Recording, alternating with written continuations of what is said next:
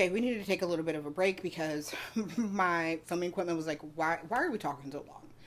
Why do we have so much to say right now? And so I went ahead and just let that chill, let that charge for a hot second. I also ended up eating and then I got Popeyes, and you gotta eat it with honey. Like, that's just how I roll.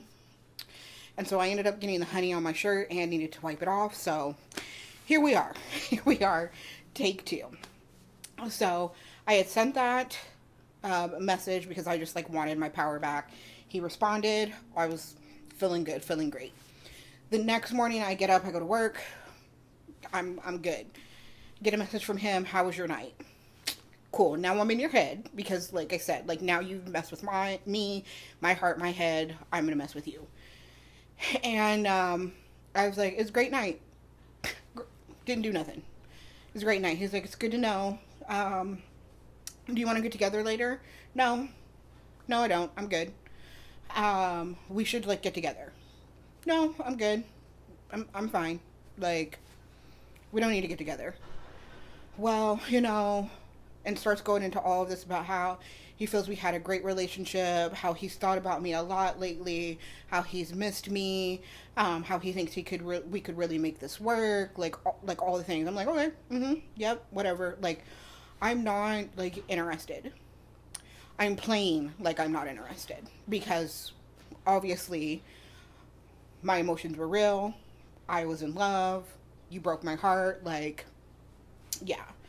So I'm like, texting him back, and we were having this conversation, and, he's saying all the right things. And I mentioned like therapy. Like, I'm like, no, like, if we're going to get back together, like, we've got to go to couples therapy. He was all for it. Yep, we can do that. Just let me know the details. Like, yeah, okay, cool. Like, cool. So that really gave me the incentive to really think about it. And I was like, okay, babe, maybe let me put this on the back burner. He's still going in about how he's missed me. I had cooked for him. He missed my cooking.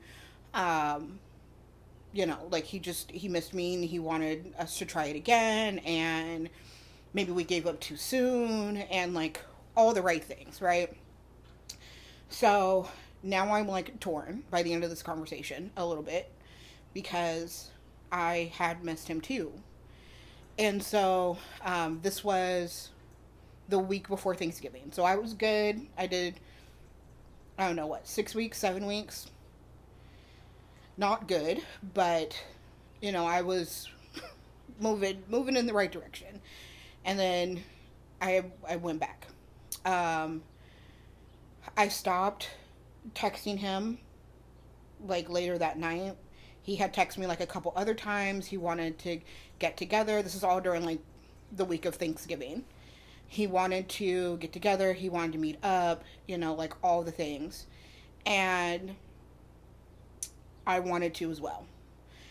And it wasn't just because I had missed him. I was turning 40.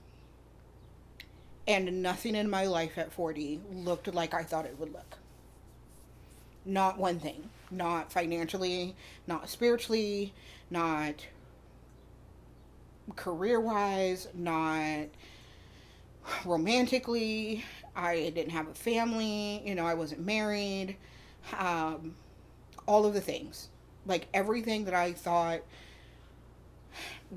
everything that I felt like society was telling me that I was supposed to have at 40, I didn't have any of that. My life is not where I thought it would be. And here I was with a guy who was saying all of the right things and made it feel like we might be able to actually work this out. And realistically, I wasn't ready to let that go. I was in a place where I wanted one thing in my life to look like I wanted it to look. And so Black Friday comes and I work retail, and he's fully aware of where I worked. He was my boyfriend. Like, of course, he knows where I work. And he doesn't tend to like makeup. He feels like it's a facade, which is crazy because I work in makeup, right? And I we're going through it at work. Like the registers went down, and like I'm a team lead, so I'm like trying to handle this. I'm trying to handle the customers. I'm trying to handle the registers. I'm trying to handle my employees. I'm trying to handle breaks. I'm trying to handle all the things, and I just so happen to look up, and in walks him. And I literally say to him, "It's gonna be a minute because like all my shit's on fire." Like, but my heart literally burst open. Like, the fact that you want me so bad that you showed up to my job because I'm literally ignoring your text messages and I don't want to meet up the 4 times that you've asked. Like, I want a man who wants me. And that was it. Like, you have shown me that you want me. And so we end up talking, and I'm like, "Why are you here?" And he's like, "Well, you're not answering my text messages or my calls. So I figured, like, I would come and see you." Yeah, there's a reason for that. Like, I'm trying to play it cool when inside my whole hopeless romantic heart is, like, bursting open, right? And, I'm like, "Yeah, like, I know.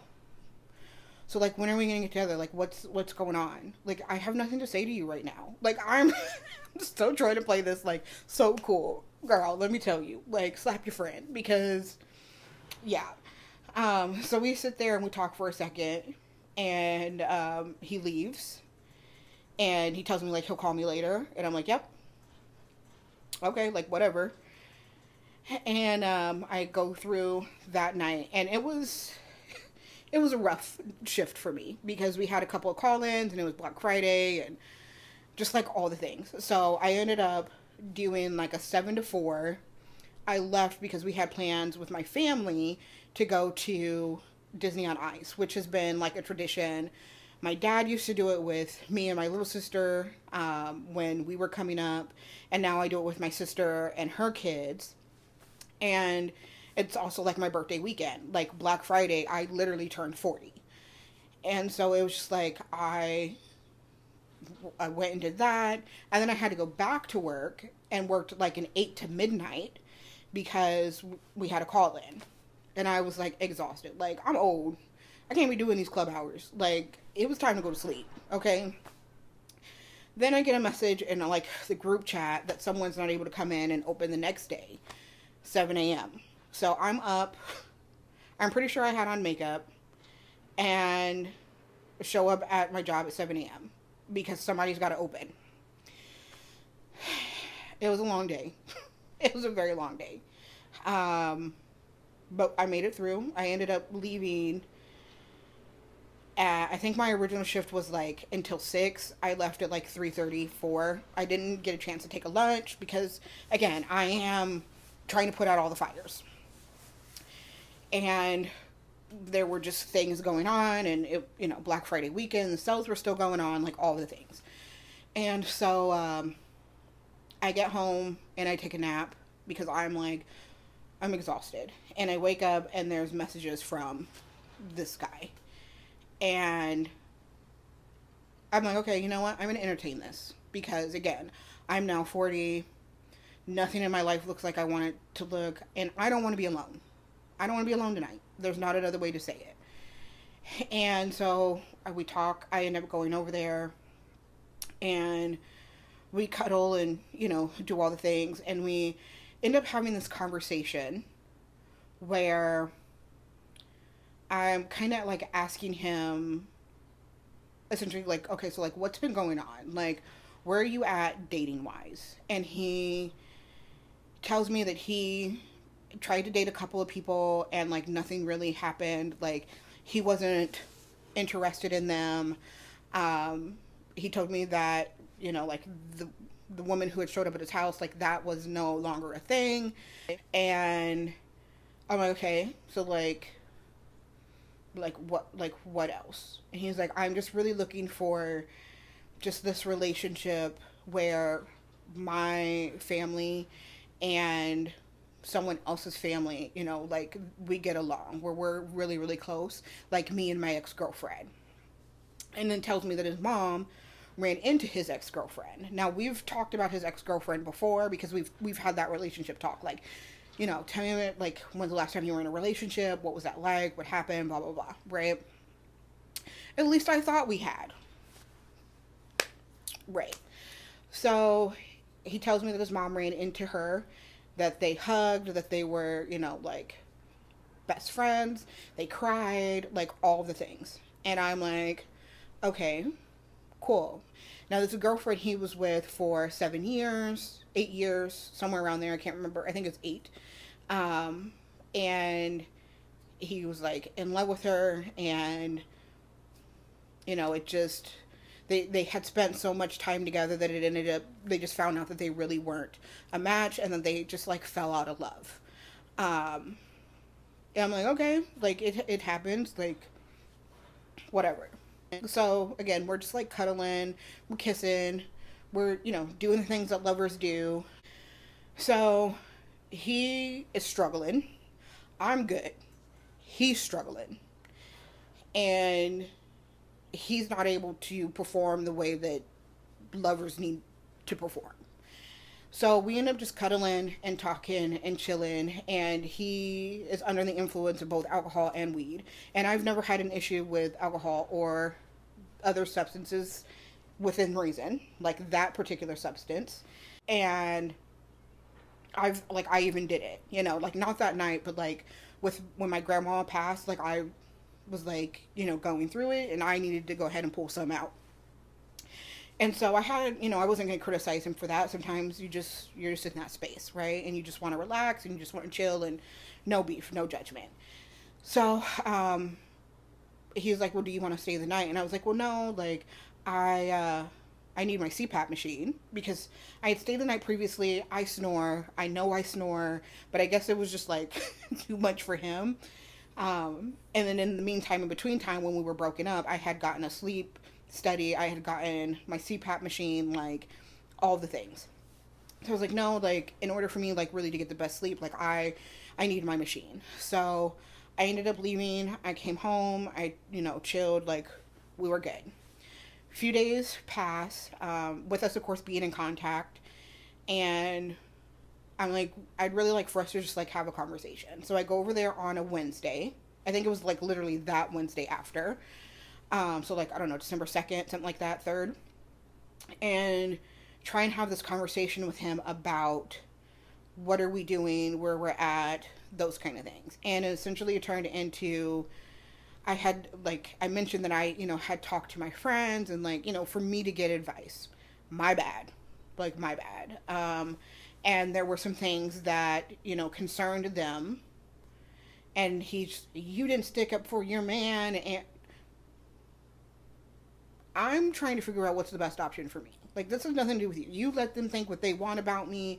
And, like, I can't really just, like, be down with that and whatever, whatnot. And so, like, essentially, like, turns into, like, this argument. And we, like, bring it down a notch. And we're able to just, like, talk things out. He says that he's not ready to just jump back into a relationship at this point. And I'm like, okay, so, like, what's the point, right? I'm like, okay, we're gonna play this out. We're gonna kind of see what happens. So he, from December 2nd, 3rd, whatever that was, that night he gave me a kiss. He hugged me. Like, we ended up leaving on decent terms. No doing the things that lovers do, none of that. But we left on what I thought was, we're gonna take this slow and kind of like see what happens. And from December 2nd until almost New Year's, I did not see him at all. I heard from him. I had sent him messages about, you know, you said you were interested in therapy. He's like, well, you said that you were interested in it. And I'm like, I'm not going to argue. Like, yep, like, whatever. He's like, so, like, why would we go to therapy if we're not together? Because you're the one who said you were open to it. Like, now things are, like, starting to flip. And I am literally being torn in two. I had been seeing a therapist, and I'm talking to her about it, and there was just a lot of things that were going on that she just needed to make sure that I was okay. That's the best way I can put it. There was a lot of what I now see: gaslighting, manipulation, future faking. I'm going to make this meal for you. We're going to go to therapy. You're going to meet my mom. Like all of those kind of things, right? Yeah. And so, again, didn't see him at all. And then throughout this time, there were things that start not making sense to me. There were things where I'm like, this is not adding up. The math ain't mathin', and I don't like it. And there were also things in there that remind me a lot of my childhood trauma. And the mental, physical, emotional abuse I endured from the people who were supposed to take care and protect me. And I then learned the term in that time frame, trauma bonding. Fast, intense, it feels like love. You stay because it's familiar. You go back because it's familiar. And that summed it up. So I'm still kind of talking to him again from like December 2nd to right before New Year's. And New Year's night, I sent him a message. Let me back up a little bit. So in that time frame, with us still talking, it was still, the future faking. I'm going to make this for you. I'm going to do this with you. We're going to go here. We're going to do this. I can't wait for you to meet my family. Merry Christmas. I hope your day was good. Just like all these things. My butt's going numb. Honey, we gotta speed this up. I know this is a long story, but it is life. It is life. Just like, those things, but here and there. So, New Year's Eve-ish, Eve, I don't even know, sometime around New Year's, I sent him a message and I'm like, thanks so much for just like treating me like shit and letting me know like what this really was, because I would have never moved on. He didn't respond. And then light bulbs, literally, because I'm talking to my therapist about it, like all the light bulbs, all of the lies, all of the gaslighting, the manipulation, just all of this. And I experience now what is called reactive abuse. And it's when you are so abused that you essentially snap. The abused becomes the abuser. And I snapped. On this dating site that we had met on, his age went up a year. And his birthday had not passed. And I'm like, so you lied about your age? That was the last straw. Like, that was the last damn light bulb I could take. And I snapped. I went to his house after work, and he was there. His car was in the driveway, and I'm knocking on the door. I'm throwing rocks at the windows. Like, I'm banging. I'm honking. Like, you're finna answer this door. And while I'm there, pulls up a female, because I'm not going to be disrespectful to her. She fell for the same charming guy I fell for. A female in a Jeep. So this is why you're not answering. This is why I'm not seeing you. Because you have already, like, moved on, i.e. the narcissist discard, and, like, still wanted to string me along just in case this didn't work out. You still had someone to fall back on, right?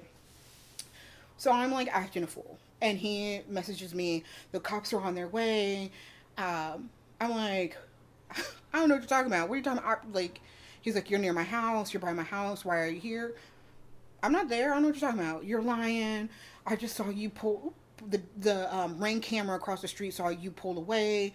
This, that, and third. And I'm like, you're a narcissist. You're an effing narcissist. Admit it. Like, you're full of it. Like, oh, I'm so sorry that you feel this way.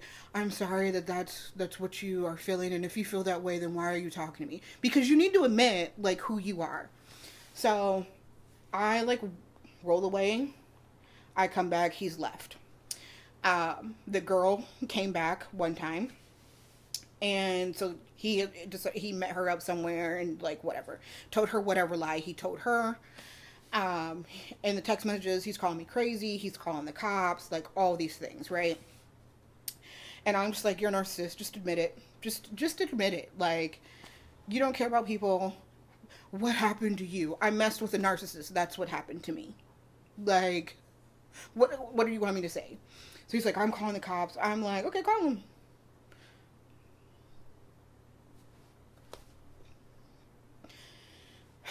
Girl. So this goes on for like hours. Then he calls me and he's like back at home. He's playing. No, let me back up because there's more craziness that's I snapped out on. So when he left and I drove by and I didn't see his car, I'm like, oh, did you go to your mom's house? I will meet you over there. Honey, I have never met this man's mom. I know she lives in Ankeny, but I have never met this man's mom.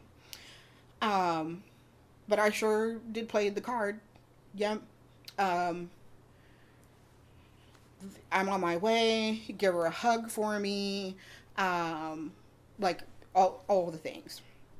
He was like, it's disgusting that you would talk about my mom that way. I can't believe you. You used to have a chance at meeting my mom and now never. You will never meet her. Um, like, just, all the things. Okay, yeah. I've already met her. I don't know what you're talking about. Like, if we're going to be crazy, we're going to be crazy. Like that, again, reactive abuse. I'm not making an excuse for it. I'm just telling you that there is a logical and technical term for it, like a scientific term for it. Look it up, do your research. So he ends up calling me. He gets back home. He ends up calling me and he's asking me like these questions or whatever, and then invites me over. And I'm like, okay, like I'm going to go over. So I get dressed. I go over there. I knock on the door, all the things. Here he comes playing the text messages again. I ain't never told you to come over. What are you talking about? You told me to come over. I've got a phone call with you telling me to come over. A 7-minute phone call talking to me, telling me to come over. You're never welcome here again. I'm going to call the cops. You being outside, the cops will be easier to catch you, whatever, blah, blah, blah. So this goes on for like, we're in the wee hours of the morning, like 1, 2 o'clock. He calls me again. What's wrong? What's going on? Why are you acting like this? Why? I don't understand. And so I tried to record the conversation, but Apple just be telling all your business, telling you that there's recording in progress, and so he hangs up. So then he calls right back, and why are we doing this? What's going on? And I'm like, I'm trying to be like sweet because I need to get the answers that I need to get. Like, it's like I needed that validation, right? So we end up like stop talking and then on the phone, and I keep texting, text after text after text after text after text. He responds back a couple of times, text after text after text after text, and it's again, like about his mom. Then I'm like, who's the new girl? Where'd you meet her from? She's pretty, she looks young, like, just like all the things. And I had a really hard time getting to sleep that night. Like, I was just like, I was high, you know what I mean? Like, there was just like so much raw emotion, and it was all right here.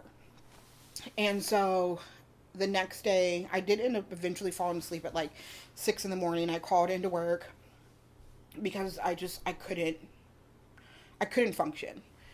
I call into work and I send a message and I'm like, like this game is too much. I can't do this anymore. I don't want to do this anymore. And I still am playing a little bit of the crazy card. Tell your mom I said hi. To think that I would talk about your mom like that, in like a negative way, like after meeting her, like those kind of things. And I officially walk away. And I'm on a high for I don't know, maybe the rest of that day. I don't even think it was maybe the rest of that day. And I started to come down, and all the pain that I experienced came rushing in.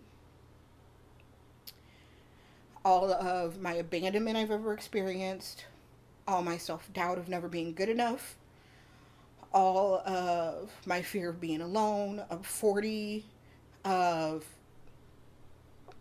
never being in love, of all of it. Every single piece of doubt. The abuse, and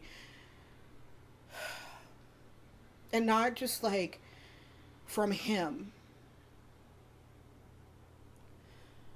but again from my childhood, and not having have dealt with any of that. And it all came rushing, and I literally became a wreck. And I ended up with a lot of take myself out thoughts. I no longer wanted to be here. I could not handle that amount of pain. I could not handle that amount of pain. I was not strong enough for that amount of pain. And so I had called the local crisis center. I had called the 988 number. I had gone to the local crisis center. They've sent people out to my house. Like, I am utilizing all of these resources. I've called the National Domestic Violence Line, which isn't just for physical abuse, so you know, it's also for emotional and mental abuse. Like, I did all the things. When I went down to the COC, which is the crisis center, I went, I don't know, on like a Sunday, I think, like that next Sunday. And they are like, you know, you can come back during the week. We can prescribe you meds, like all the things. And I'm like, okay, cool. And I went back that Thursday and signed up for the meds, and got on some things. And they're also like, you know, we would want to try and get you into like some additional like resources. So go down to this building, and we'll get you in. And so I went down, I did an evaluation. They had to weigh me in. I had lost 13 pounds in from Saturday to that Thursday because I was not eating. Like, I could not eating at all, but like just, I didn't eat at all for like 2 days. And then I was just like eating like a bird, and 13 pounds in 6 days. And so I was like, you know, trying to make a joke of it to my sister. And I was like, hey, a new diet, date a narcissist. Like, here you go. I lost 13 pounds, 6 days. Way to go. Which wasn't the first time. I had lost a few pounds during one of our fights. And he noticed back in September. But like that 2 weeks that we were like on the edge, I had lost a little bit of weight during that time. But anyways, so I tried to take the steps to get better, and I ended up getting worse. I eventually got into one of those Are We Dating the Same Guy sites locally, and I posted him. And I literally said, this is a miserable sick fuck. He is a gaslighter, a love bomber, manipulation, future faking, doesn't wear protection, tell him no and see how he reacts, like don't even do it. Like, that's literally what I posted with his latest pictures that he had sent me in December. And so his sister, family member is what she called and left on my voice message, called essentially threatening me. So I called the cops. Absolutely. I have no problem, again, fighting. Run up on me if you want to. But I am very old school, and I like my business to be business, and I like my personal to be personal. So when you start threatening to come up to my job, now we got a problem, and it's time to get law enforcement involved, right? They the guy that came out was like, there's not really anything we can do because she's not really threatening. She's just saying she's going to show up. And I'm like, whatever. So, called the cops. I left it up for a couple of days. And then decided to, like, edit it per the cops' advice. And women started coming out of the woodwork. One young woman, she said that she met him. She was supposed to meet him back in August, which is when I met him. And he canceled dates a couple of times. And then she was like not interested. And he was still calling her with lame excuses, trying to like still date her. And she just was like not interested. Like, leave me alone. I'm not interested. And he would get an attitude with her when she told him no. Number one. Another woman posted up that she had met with him a few times, and he made some sideway comment about how he didn't think it would work out because she was trying to treat him like her replacement father. And she was like, I don't understand what that was about. So that was like number two. I guess he walked away from that, right? Remember, there's the girl that showed up at the house the night that I went. His ex-girlfriend. Oh, this is juicy, girl. During our dating time, he had given me her name and where she worked. That's all I need. That is all I need. So I found her on Facebook, and I went through their Facebook page. And they, at one point, lived together. They had dogs. They had a house. They were taking families with the picture. Her posts were, I can't wait to marry this man. My fiance did this for my birthday. Fiance? He's going around telling folks that you were his girlfriend. They were happy in love. Boys' day out. He's taking the dogs for a walk. Like, they had built a life together. And then all of a sudden there was nothing. And I'm like, something happened. Like, you don't just go, my fiance, my life, my boo, to like, you never existed. I go to therapy, and my therapist is like, I would strongly suggest that essentially this is not healthy for me. I'm looking for validation in all the wrong places, and that I need to just like remove myself. And I am like, okay, you're right. This is not healthy. I didn't like that she said that, but it's not. And I need to learn to find validation in myself. So I come home from this meeting, from my therapy session, and previously I had talked to this young woman's mom. Like, she had texted. Like, I knew by the last name, it was her mom. And I asked her, like, why they broke up. And she was like, well, that's really a question for her to answer. Cool, that's all I need to know. So I come back home, and the young woman had posted and said that her relationship with this man was the most physically and emotionally abusive and hardest thing she had ever done in her life. Confirmed. He was beating the shit out of her. Confirmed. He was also doing the same crap that he was doing, you know, to me. And now these two other women. Oh, it gets better. And when she met him, she was 17, he was 22. That is illegal. Now, where her parents were with that, not my business, because I was 15 and I dated a 21-year-old. So I can't be a hypocrite and be like, hey, you know, he shouldn't have done that. It is illegal. I knew it was illegal when I was 15. It's illegal. Period, point blank. But I didn't care. I had an older man's attention, right? And that's probably what she was thinking. I have an older man's attention. This man is in college. This man is getting his CPA. This man is becoming a financial provider for my family. Like, and they built a life together until she was like, no, I'm done. Because I can't imagine him being like, I'm done. Not after 8 years. Not when you found someone you can train, right? So, oh, my battery's finna die again. Let me speed this up. So I read this and I'm like, that's the validation like I'm looking for. Like that, I knew something had happened. I knew it. I knew it. I knew it. I knew it.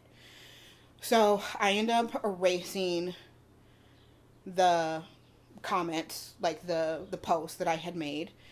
And I literally put because of the safety of those who had commented, because his family is clearly snitching. He had tried to get to the post. The administrators of the page blocked it. Like, it was like a whole thing. So then I get a message from this young woman, and she asked me if I drive a red car in this message. And I'm like, yeah. And we end up like kind of talking in a private message. And she is the sister of the woman that came over back on September 29th. And that young woman is still messing with this man to this day. Like, it is now end of January, and they're still together. After he had told me that he was not messing with her. So now there's 4 other women. Me is 5. Those are the ones that I know about, right? Those are just the ones that I know about. So I didn't exactly follow the advice of my therapist, and I left the post up for a little bit longer. And then the 23-year-old that I had met back in September asked me to message her. And I was really hesitant about it because I'm like, you know what, I need to let all this go.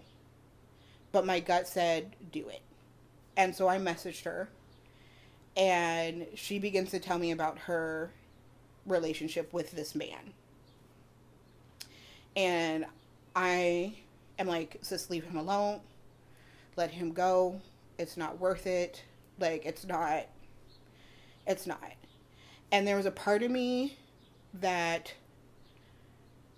wanted to help. Like, I really struggled, and I talked to my therapist about this for like weeks, that I wish somebody would have warned me the way I'm trying to warn like these other women. And that's why I'm trying to warn them. Like, don't do it. That's why I posted it out there, was because people deserve to know that this narcissist is running free, that this narcissist is playing with women, that he is a predator, that he is all of these things.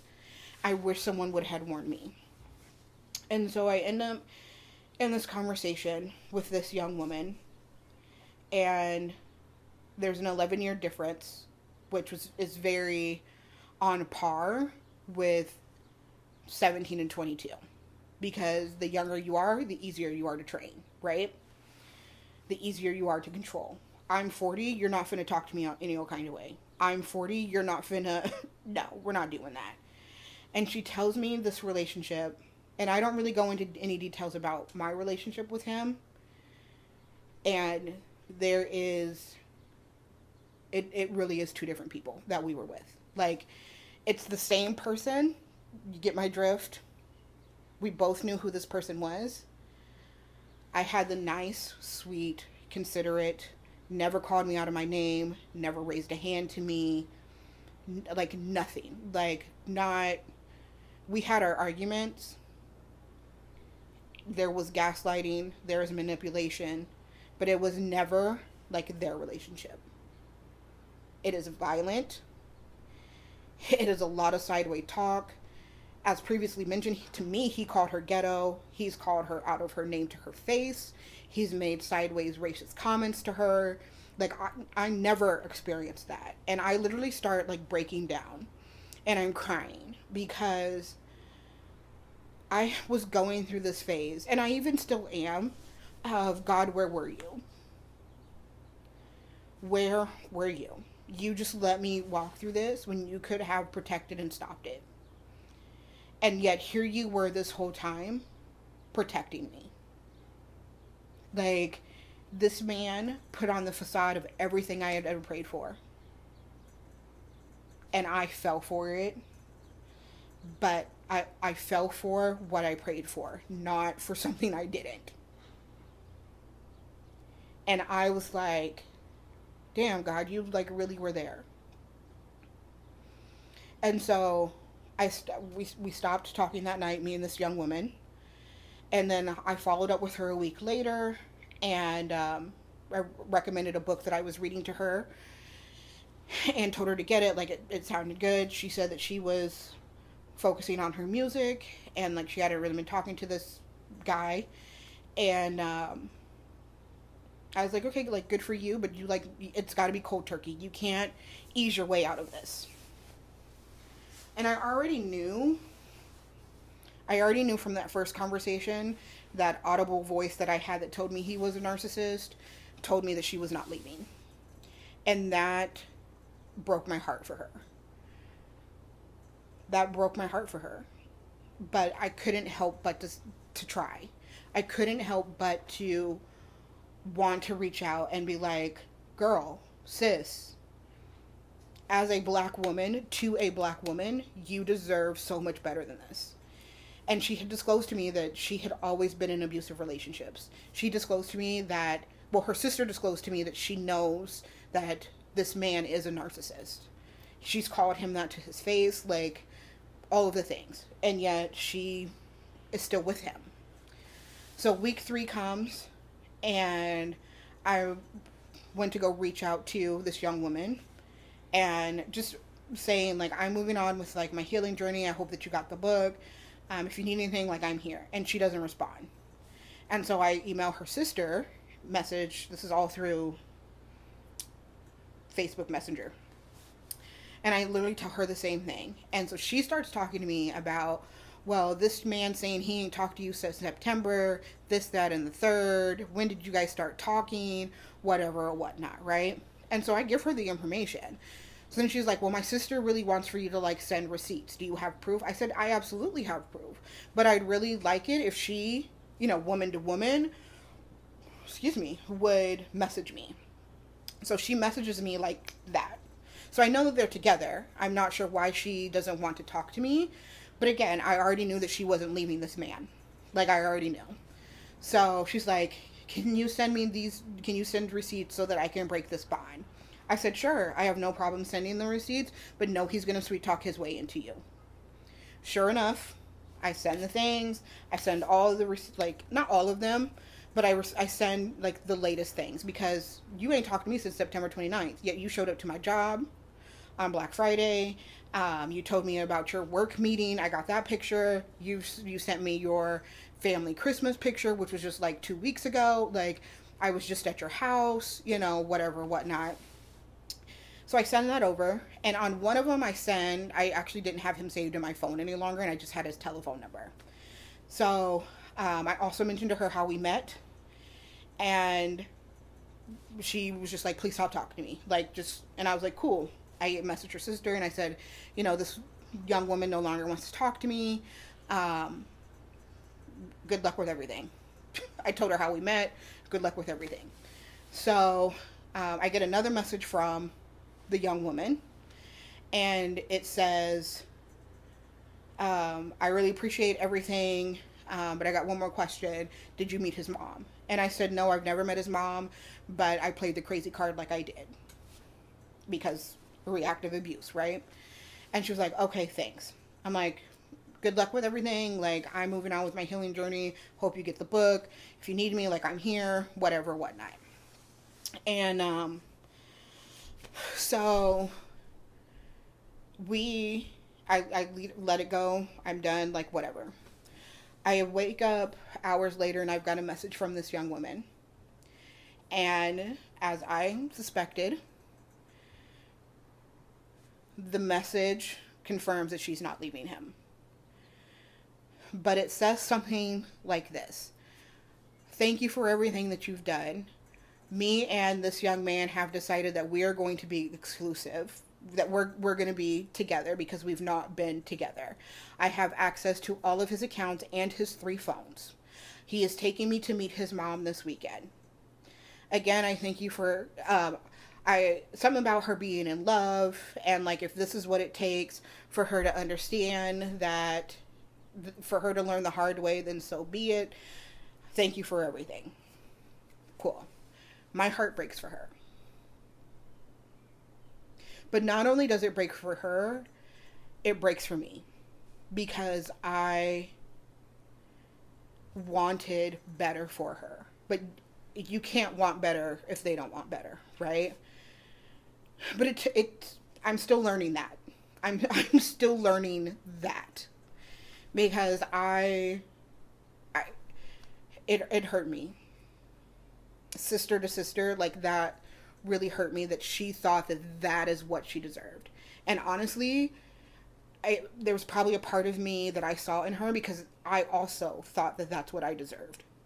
Like I went back to that and was ready to like settle for that. And so I left it at that.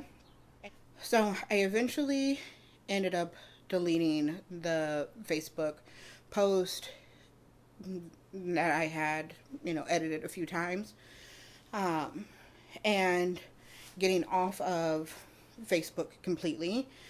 I had even found a narcissistic abusive relationship that I also had sent to the young woman, but like a group where, you have the safety of just telling what had happened and like the support of others and all that.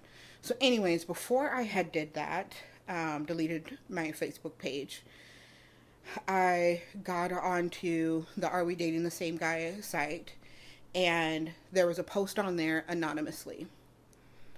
And in this post, this person, which it should be all women, goes, I've been on this page for a little bit over a year, but I've not posted anything. What I'm about to post, please don't judge me. I just don't know where else to go. I am with this guy and I have lost my house. I have lost my friends. Like, they've lost everything. And I'm like, this poor person. And I continue to read, and I instantly know who this is. She later goes on to say that he has finally admitted that he knows he's a narcissist. And she is now hiding in the bathroom, crying while he is asleep in bed. She doesn't know what to do. She doesn't understand how other people are able to walk away and why she's not strong enough to do so. And the timestamp of when this is left is also the timestamp of the last time this young lady, this young woman, of which I had been in contact with, was online. And so that was another thing that connected the dots for me. Not to mention that we had talked about him being a narcissist. I had called him a narcissist. I had told him to admit that he's a narcissist. He had admitted to her that he knew he was a calculated psycho.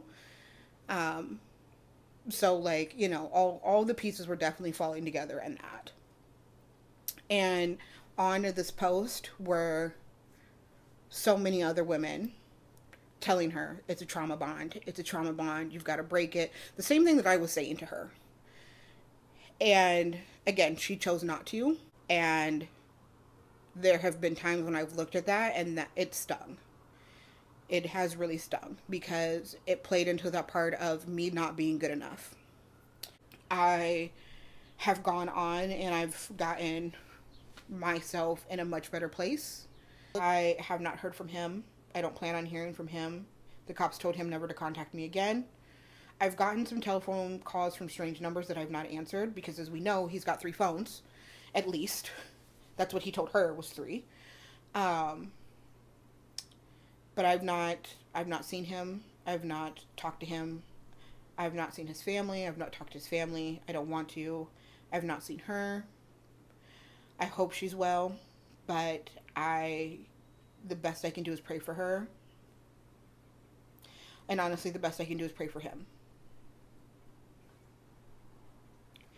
And that's a hard thing to say because I don't want to for either of them. The anger that I've felt, the frustration, the disappointment, the pain, the anxiety, the fear. I mean, honey, pull up the emotions wheel. And I'm probably everything in this section over here. Like, literally. There have been lately there have been more, but in the beginning there were not happy days. Every minute of every day, I was fighting to want to be here. But it has not been easy. I am still learning to heal. The therapist's office just moved, so he used to work literally like down the street from where I went to therapy. So like I would have to pass it, so like it would just, it would be a trigger. There would be a lot of things. I'd see a black car, trigger. I'd drive by that place, trigger. I'd see a tall white dude with glasses, trigger. Like there were just so many things that I was literally having panic attacks. Like I've said, I was admitted overnight in February because I was ready to take myself out. And I don't just mean the thoughts. I actively had a plan that I was starting to enforce because the amount of pain I had felt. I couldn't. So I have taken time off to heal. And I feel like I'm making steps in the right direction. And it's been hard. It has been very, very hard. And it's also been not fair. And as much as I want to blame him completely for all of that, I have to now look at the situation as I have been a shaken can of soda for a very long time. I have stuffed things down. I have kept going because I've had this mindset of what strong looks like for so many years. Like I have dealt with all of those things and I have stuffed and I have stuffed and I have stuffed. And then I was attracted to someone who was familiar.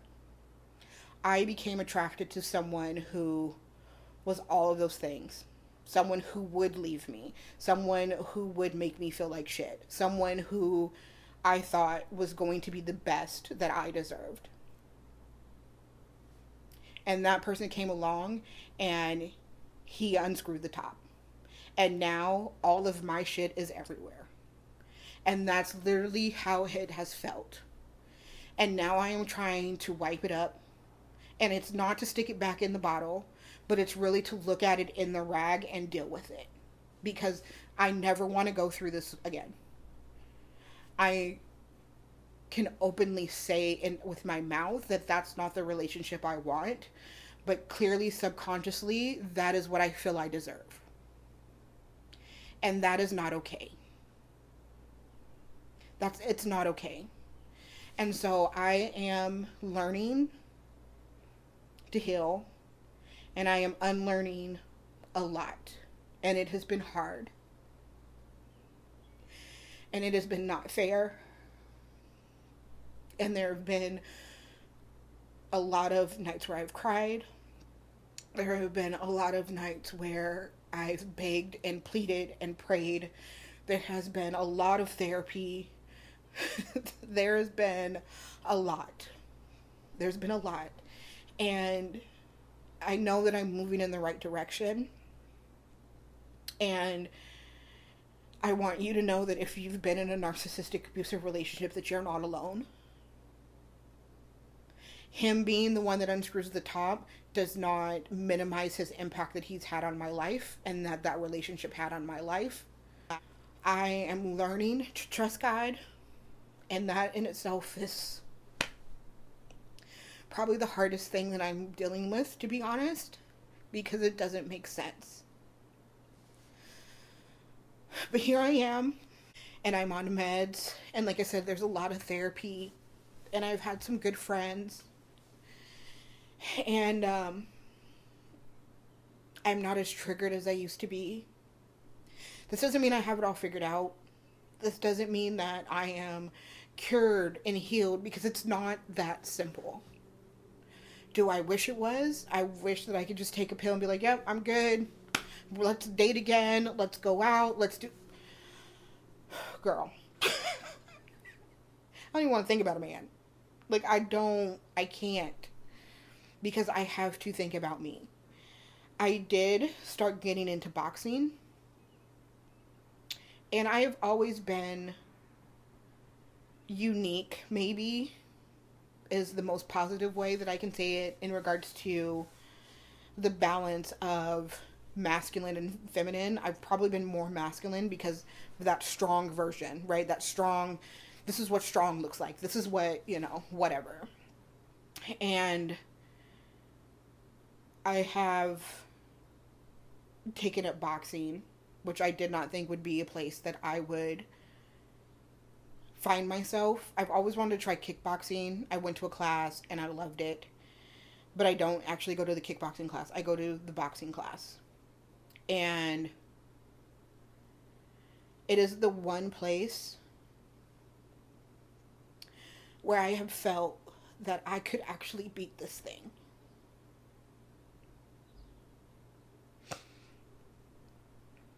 It is. There have been times where I've wanted to cry in class because the pain has been so heavy. But it is the place where I'm like, I can do this. And here I am, almost 6 months later, and I'm doing it. So I know that this video is long. I might actually break it into 2 parts, which I think it's going to be wise. Yeah, I think that's the wisest thing that I can do, is break it into 2. Because each one's like an hour. Because there's a lot to be said. So I'm going to leave that here. I know, again, that this is a very long video. I thank you for sticking it out. If you are resonating with any part of this, just know that you deserve better, and that you are a lot stronger than you think, and that you are enough. I love you guys, and I will see you next time. Bye-bye.